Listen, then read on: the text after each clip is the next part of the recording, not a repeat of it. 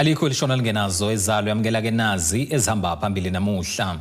Undunankulu wesifundazwe ubuyise ithemba kubungazwa olwenkululeko. Isasasa inkosi yakwaMdluli ingeniswa esibayeni, kanti IFP yamkele amalunga amasha kwaNongoma. Izindaba ze1 KZN TV zifundelo siyabonga wakaduma nina bezulu elidume esandlwane siyakhuleka. Amalunga emphakathi ahlukene kwaZulu Natali aveze izimvo zabo ngesimo sakuleli njengoba kubungazwa usuku lwenkululeko. Laba bekhuluma ngesikhathi iqhubeka umbungazo walolu suku obuholwa undunankulu wesifundazwe ngaphansi kwesiqubulo esithi Freedom for All, Restoring Hope, Deepening Democracy obubanjelwe kwaDukuza. Kuhlukene imbono kumalungu omphakathi kwaZulu Natali ngesimo selakuleli kusukela lazuza inkululeko. Lokhu kuvele ngesikhathi bekhuluma neziko lezindaba kwaDukuza lapho bebungazwa iminyaka engama-31 elakuleli lakhululeka. Abancane ezingane zahlukumezeka la ngaphandle, ezingane azitholi inkululeko ephelele. Manje abantu abadala sebebambingane nasey'koleni nje asisaphephile ezi-South Africa sisonke. Bona inkululeko bafana ngiyibona impela wanakho bakhala umgwaqo bese nje bawulungisa. Inkululeko bengingakayiboni. Lezingane zethu aziwutholi umsebenzi. Baqashwa ngapha nangapha kodwa abethu abantwana abasebenzi. Abantu bakhetha abangani babo ukuthi besebenze. Ezethu izingane ayisebenzi. Qhakambisa iqhaza elabanjwa yilabo abadela izimpilo zabo belwela inkululeko. Kubekwe izimbali elibeni lenkosi uAlbert Luthuli. Abebehambele lo mgubho bakhumbule isikhathi zobandlululo lapho ke abantsundu babethwele kanzima ngaphansi kohulumeni wobandlululo. Ngathi hayi angithokozile mina sengikhuluma ke nje ngokuthi nje emva kweminyaka engama-31 years uyabona sasikhahlelwa ngamabhunu ke thina esishaya amabhunu esishaya esikhahlela. Sasithi ke Nkosi yami uMandela njengoba wasithembisa sivota uqala ukuvota ku94 wathi uMandela ngizokwenza yonke into ukuhlupheka kuzophela lokuhlupheka kade nganokuhlupheka. Wazama uMandela, wazama impela kakhulu uMadiba, ngeke ngimfele amandla. Uyabo abalandela emva kwakhe indaba iyonakale emveni kwakhe uMandela. Ekhuluma lapha undunankulu wesifundazwe kwaZulu Natali ugcizelele ibanga esilihanjiwe ukuhlinzeka imiphakathi ngezidingo. Uvumele ukuthi kusekhona isidingo sokwenza kangcono ukufinyelela kulabo ke abasasilele emuva. Unxuse ubumbano ekulweni nesihlava seyidakamizwa, ubugebengu bahlukene, faka ke ukubulawa kwabesifazane nezingane. Ngenkathi abantu bethi inkululeko yani le celebratewayo ngenxa yokuthi kuseneyinkinga, bese sibatshela ukuthi cha phela ama celebrator ngoba siyaqonda ukuthi sisukaphi futhi siyabona uhulumeni akwenzayo. Manje kufanele sibambisane sithi sixoxa ngeyinkinga ezikhona kodwa sibe sinokubambisana okukhulu bakwethu kokuba sithathe iKwaZulu Natali siyenze ibe isifundazwe esingcono, siyenze ibe isifundazwe esibuyisa ithemba kinina bantu balapha kwaZulu Natali. Ngithi kubantu bakwaZulu Natali usuku lanamhlanje usuku osemqoka lokubahlale phansi njengesizwe sijule ngalaba abalwela inkululeko ukuthi ngempela yini ababeyiphokophelele, yini ngempela ababeyifuna. Bese siyibuza nathi sekuhulumeni esingabaholi ukuthi ngabe sisaqhubeka yini nokusebenzela lokho noma sesebenzela izisu zethu sesikhohliwe abantu ukuze sivuselele nembeza bethu. Ezindabeni ze1 KZN TV kube kuntombi khona Mvubu ngekwaDukuza. Ube impumelelo umcimbi wokungena esibayeni kwenkosi yakwaMdluli kwaNibele ehluhluwe. Lo mcimbi bewuhanjelwe amakhosi ehlukene asuka ngaphansi kwesifunda uMkhanyakude. Inkosi ugama lenkosi Mdluli ithathele isikhundla emva kokukhothama kayise okuyena obephethe lesikhundla phambilini.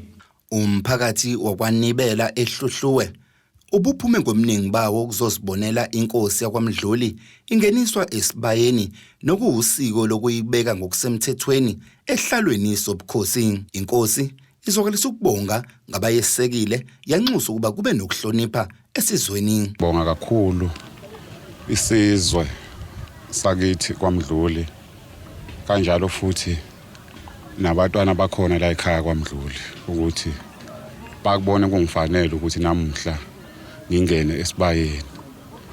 Nginalo ke ithemba lokuthi njengoba ngene esibayeni nje sengizelwe kabusha. Ngiyacela ukuthi isizwe singihloniphe nami futhi uNkulunkulu anginikeza amandla okuhlonipha isizwe nokusilalela. Namhlanje wonke umuntu wala kwaNibela uzoqinisekisa ukuthi inkosi yesizwe sakaNibela iyinkosi ngokosiko senza usiko kusiko lelo besisolwenza la namuhla lokuthi inkosi kufanele ingene esibayeni uma isihleli.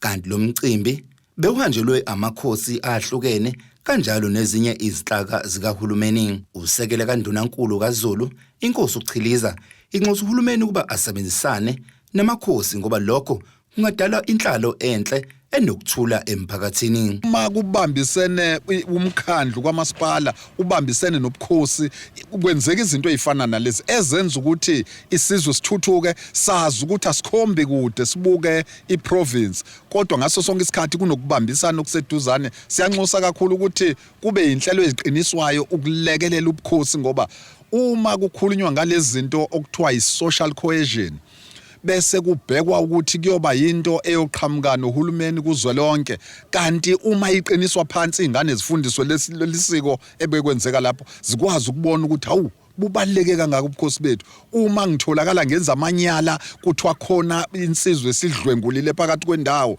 kuthiwa khona umfana osetholakale eyodlwengula isalukwazi kuyoba lichilo ngiyothini ngake ngabonakala ngiyingxenye yesiko esibayeni sekwenzeka into efana naleyo. Umdidiyeli wamabutho esizweni sakwaMdluli uthi kuyamjabulisa ukuthi sekunenkosi ehlezi ehlalweni njengoba naye umsebenzi wakhe ukukhola amabutho. Mphethe kahle ngoba abe kumphethe kahle ngendlela ukuthi inkosi sengiyazi ukuthi inenkosi manje. Ubungena kwazi bayini kula ilijiswa khona emndenini ukuthi isiyinkosi akasekho yobuye iphilisa inkosi. Sesilinde ukuthi ihambe yogcotshwa isilo samabandla. So ke kithi thina umphakathi njengami mina induna yesizwe kumphathe kahle kakhulu ngoba ile nkosi le ibini beyikhona inkinga yamabutho singenawo kahle. Lasingxenxe ukuthi ngiqoqela amabutho ukuze kuthi mebhelela umsebenzi wobukhosi ivelele inamabutho. Aqoqile amabutho yiwalagcina mabuka lapha. Amalungu omphakathi abephume ngomningi bawo ukuzosibonela leli siko elibeka inkosi ngokusemthethweni. Ezindabeni ze-KZN TV kubikuthi abani maphumulo kwaNibela. Iqembu le-IFP lamukele amalunga amasha avela kwamanye amaqembu ehlukene ngaphansi kukamasipala wakwaNongoma esifundeni Zululand. Leli qembu lithi lokhu kukhombisa ngokusobala ukuthi liyakhula futhi licaba indlela njengokubhekwe okhethweni lohulumeni bezindawo ngonyaka ka-2026. Lamalunga amasha athajonele leli qembu ngoba ke ekholwa ukuthi ilona elingaletha ushintsho. Iqembu le-IFP lithi liyadlondlobala kulandela ukwamukela amalunga amasha ngaphezulu kwama300 avela emaqenjini ahlukene okubala kuwona MK Party, ANC, DA kanye ne-EFF. Namhlanje ke silakwa Nongoma ukuzokwemukela amalunga amasha omndeni weqembu lenkatha yenkululeko. Kubeke yinto enhle ukuthi umakoti eZululand azokwemukelwa kwaNongoma. Uhlabisa uthi ukwamukela lamalunga amasha eqenjini ucaba indlela ebheke ukhethweni longonyaka ozayo. Uthembise kuleli qembu lizokwenza konke okusemandleni ukuthumela intuthuko emphakathini. Ukuthi sinesibopho ukuthi abantu bakithi izinsiza zikahulumeni kumele zifike kubo ziphelele zinjengoba ziwufisa kwabo ezweni elikhululekileyo. Sizoqhubeka njalo komasipala esibaphethe ukuthi kulabo amanzi akafinyeleli kubo amanzi ahlanzekile afinyelele kubo. esezingeni engakafinyeleli kubo, imigwaqo esezingeni ifinyelele kubo. Malunga amasha athi ajoyineke iIFP ngoba ke inombono wokubeka izimpilo zabantu phambili. Sithatha isinqumo nabaholi bonke nama-comrade amaningi asengaphakathi njengoba nibabona nje naba abaholi bebe leader kuma-regions ahlukene nakuma-branch. So ke ngijoyineke iqembu lenkatha-ke namhlanje ngithatha isinqumo esi-very sober and angiyisoli ngaso. I'm very decisive and ngiyikhommithile ukuthi I would contribute a lot toward the growth of the IFP. Into ke mhlambe yenza ukuthi ngithathe lesinqumo ukubuka ipolitiki nje yonke yase South Africa nokubuka nevision yomholi kaIFP okubaba uBulawayo nangendlela understanda ngayo ipolitiki okuyiyona into edingwa ngabantu base South Africa. Isizathu esingenze ngajoin iqembu lenkatha is because kade ngalilandela vele bengilifollowisha ngibuka ama program abawenzayo understand ukuthi iqembu limeleni. So iIFP egamekweni eziningi ekhulu ethintana necorruption akulona iqembu ongathi nabaholi abacorrupt. IFP inabaholi abalida njengoba kadesho upresident capable abayiletha idingo kubantu abase parliament abakomasipala even namakhansela. So ngithembe ngihlala ngibuka ngikhulumisana nabaholi ngoba umuntu oke futhi wangisondeza eduze uyena ubaba uMashobane. So wakwazi ukuthi sikhulume naye ngaze ngigcina ngithatha isinqumo sokuthi no ake ngishiye umkhonto ngiye ngijoine iIFP. Ezindabeni ze1 KZN TV kube inkosi enhle Mthembu kwaNongoma. Umongameli weqembu lamakholwa lezepolitiki umfundisi uKenneth Meshwe uhambele indawo yasenseleni ngaphansi kaMasipala uMhlathuze uqinisa umkhankaso waleli qembu njengokubhekwe okhethweni lohulumeni basekhaya ngonyaka ozayo. uMeshwe uthi leli qembu lizobuya mawala kulesifundazwe nakuba ke likhombise ukwehla kukhetho likazwelonke ngonyaka owedlule. Iqembu leACDP libungaza usuku lwenkululeko endaweni yasenseleni enyengathweni yesifundazwe kwaZulu-Natal. Umengameli waleli qembu umfundisi uKenneth Meshwe uphothula uhambo lwakhe kulesifundazwe ngokuhlanganyela namalunga aleli qembu. uMeshwe uthi abantu banenkululeko yokuzikhethela abangakufuni akumele baphoqwe. It's because of what happened in 1994. We have this day called Freedom Day. So we celebrate our right to choose. Now the ACDP has done a wonderful thing during COVID that I must mention because of this Freedom Day, freedom to choose. There was a time when the president said that there was going to be a vaccine that everybody will have to take. And then I challenged him in Parliament. I said, Mr. President, you know that God loves everybody and he wants everybody to be saved, but he does not force everybody to be saved. He gives people a choice. So I said, Mr. President, it would not be correct for the government to force people to take the vaccine even when they don't want it, like myself. I never wanted it. I said I will never have it, my family will never have it, and many of my friends. And fortunately, the president understood and accepted when I said, give South Africans the right to choose. Khuluma ngokuthi sekuphele iminyaka engaphezulu kwama-30 lakuleli lazuza inkululeko kodwa abanye abanawo amanzi nogesi uveza ukuthi abantu kumele bavotele elinye iqembu uma bengazitholi lezo insiza. Kanti uphinde waveza nokuthi leli qembu esifundazweni kwaZulu-Natal lisebenza ngobuqotho. People of South Africa must remember, when you talk about the freedom to choose, you also have a freedom of who to vote for. If the one you vote for does not enable you to get access to electricity, to water, and so on, stop voting for that person and vote for the ACDP. One thing I can tell the people of South Africa and KwaZulu-Natal about the ACDP, we are not liars. We will not lie to Mpagati because we want their votes. We are honest people.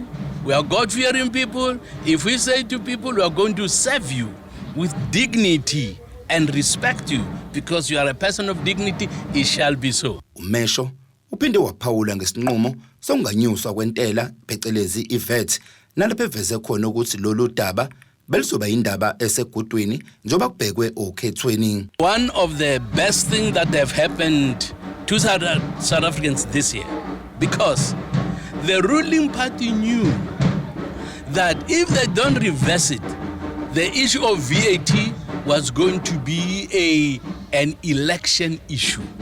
We would have told South Africans, particularly poor South Africans, you see, you have a government that doesn't care for you. Even when you suffer, everything is expensive. They still want to make things more expensive for you. So they were wise to reverse that decision. Leli qembu liqale ngemashi esitaladini zasenseleni ngaphambi kokuba lihlanganyele ndawonye ehholo lomphakathi. Ezindabeni ze-1 KZN TV bikuthi abantu maphumulo enseleni. Kuleli qophelo ke ake sihlabena nali ikhefu siyabuya nezinye.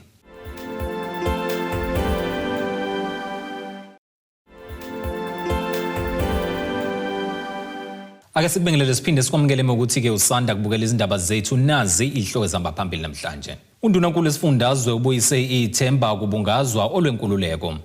Isasasa inkosi yakwamdluli ingeniswa esibayeni kanti IFP yamkele amalunga amasha kwaNongoma. Umphakathi wasesiyahlala la usuveze izinsolo ezibhekiswe kumasipala eNewcastle lokhu ke kulandela emva kokubangwa kwezindlu ezakhiwa nguhulumeni kule ndawo. Laba bathi izindlu zabo zadayiswa ngumasipala kubantu ke abasuka kwamanye amadolobha kanti nabanye babaphathi babanye omasipala banezindlu kuyo futhi le ndawo. Ongumhlali wakule ndawo uthi bafika kudala kule ndawo.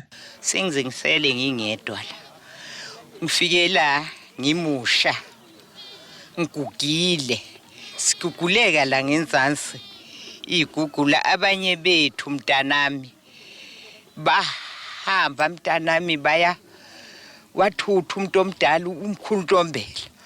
Wathi umkhulu Ntombela mina angizukuhlalela amanzi. Wasishima umkhulu Ntombela kule ndawo. Zakhula ingane. Manje ngoba sengingedwa nje ingane zami se-transfer eGoli. Ngihleli la kule ndawo angizukuya ndawo ngoba akukho la ngizoya khona abadaba. Sengigugelela. Ngoba namandla saphelile manje ukuthi ngiyemsebenzini. Angisakwazi ukusebenza. Njengoba kunjalo ke mntanami kwahamba yathi kulo yanyako ngaphambi kwalo sasiguguleka wamemezela ukhansela uDlamini okuyibona kwakungamakhansela sasithi amakhansela wempela ke lawo. Wathi bantwana ngizonitakula ngaphedakini nginilethe ngapha kepha indawo yamabhunu asazi ukuthi kuzokwenzakalani. Bengikhuphula bengiletha la ngikhotheme zafika ithuthu zamabhunu. Amabhunu ayingikhahlele inqeni bataba. Bangibiza ngemfene bathi uTlembobo yani bathi sukje yirso. Uqhube ngokuthi basolo kuba lezindlu zadayiswa njengoba kuqhubeka lombango. Abhlungu emoyeni sezidayisiwe lezindlu lezi thina esahamba sabasicelela labo bobaba. Thina senandlu thina sesiyimfene sokufanele siyolahle ematsheni sihlukaniswe kaningi abisingamaqembu akuthina sodwa sidukelene kakhulu mntana kakhulu manje kodwa siyabazi masihamba lapha siyabonana nabo siyabingelelana kodwa manje thina sisele sasala ematsheni asala mina nalezi ingane engasala nazo ngapha stiyes today lezi ndlu lezi zidayisiwe mntana ngishimeyi uqoqo imain ezindlu la ngiyazazi cishe lehleli mina phakathi eyemeya enye naye khoneni maweqale ngale wayo manje sizohlala phi thina abantu abami sizoshona phi nalezi ngane. Kanti omunye uveza ukuba lezindlu selokhu zakhiwa azinawo ugesi kanti abazuvumela umuntu ozokhankasa kule ndawo. Ngayithola indlu ngayithola kodwa ukuyithola kwami lendlu ugesi anginawo seku6 years sihleli kusukela nje yonke le alien ayina gesi lokho kuyangikhalisa ugesi ukhona phezulu uApollo uyacima kube yi2 months igebengu ziyasingenela lokho kuyasihlukumeza ayikho into esizoyenza Iy'moto ziyenyuka ziyolungisa la okuwe khona ugesi zidlule la kithi. Abakhankasayo bakhankasela ukhetho bayafika bize sihambe siyovota emva kwalokho sigcine kanjalo baphele. Kulonyaka ke akekho umuntu ozongena la khankase siyovimba ihholo. Akukhankaswa ugesi singenawo. Ehholo abezukuyenza meeting ugesi singenawo. Nathi singabantu siyamoshakalelwa. Ayikho into esinayo. Senze njani? Afika umuntu akhankase simvotele, silivotele ikhansela sigcine mhla silivotela asilazi. Manje nje asilazi. Ubani ongathi wasikhansela? Mina nje ke angilazi. Lokho kuyasihlukumeza singumphakathi. Khona manje uMasipala eNewcastle awutholakalanga ubuphendule ngalolu daba kuze kwashaya isikhathi sokuba liyobikwe emoyeni. Mina nesikhathi ngafika la yangila ngabhalisa 2013 bathi abantu sebefakwe endlini angangena endlini kwathi angiqualifyanga yabo angazi ukuthi uqualifya into enjani yabo ngaya nakamasipala bathi indlu yami khona kodwa manje kuphi na zange baze bangichazela ukuthi kuphi nendawo. Kube kuthobe kadladla ezindabeni ze1 KZN TV ngise-Newcastle. Umholi webandla iHealing Ministries International esesikhaleni enyakatho nesifundazwe KwaZulu-Natal uLumka Bangilizwe uthi-ke kuyabakhuthaza kakhulu ukuvakashela umongameli we-SHCDP ukuzobakhuthaza emsebenzini kaNkulunkulu. uBangilizwe uphinde wanxusa besifazane ukuba bangathuli uma behlukunyezwa egameni lenkolo.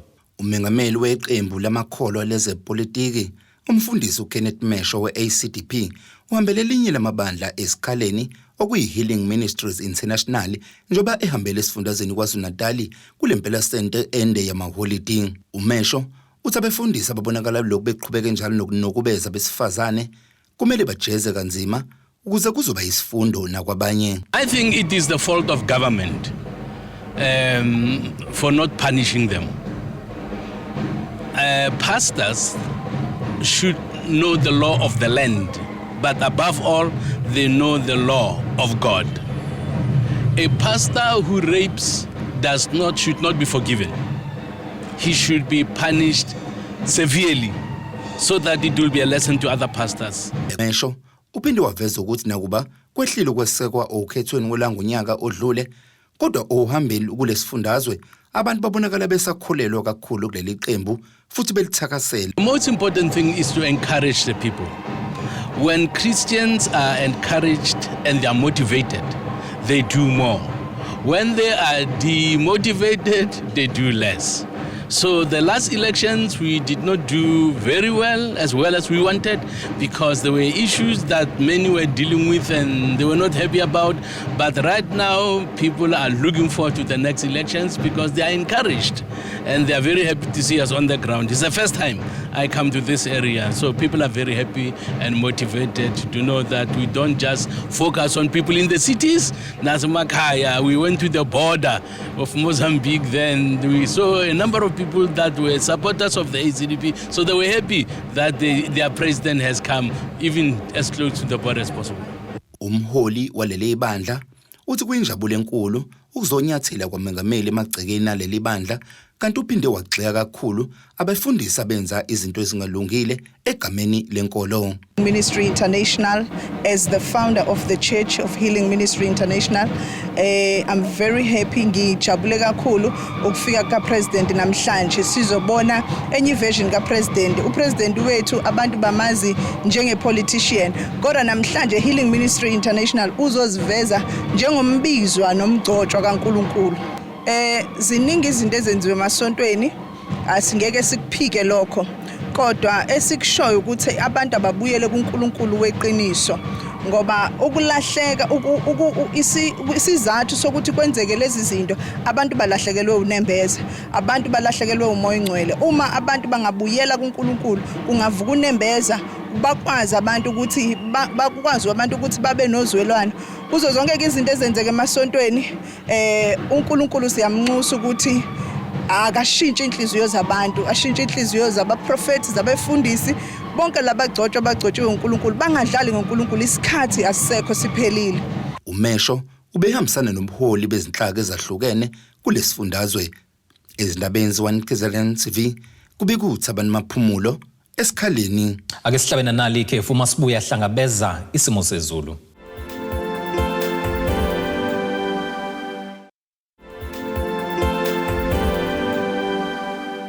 Ake sikubingelele siphinde sikwamukele ezindabeni zethu zanamhlanje, nazi izihloko ezihamba phambili. Undunankulu esifundazwe ubuyise ithemba kubungazwa olwenkululeko. Isasasa inkosi yakwaMdluli ingeniswa esibayeni, kanti IFP yamkele amalunga amasha kwaNongoma. Kuleli qophela ke singene sijule kwisimo sezulu ongasilindela.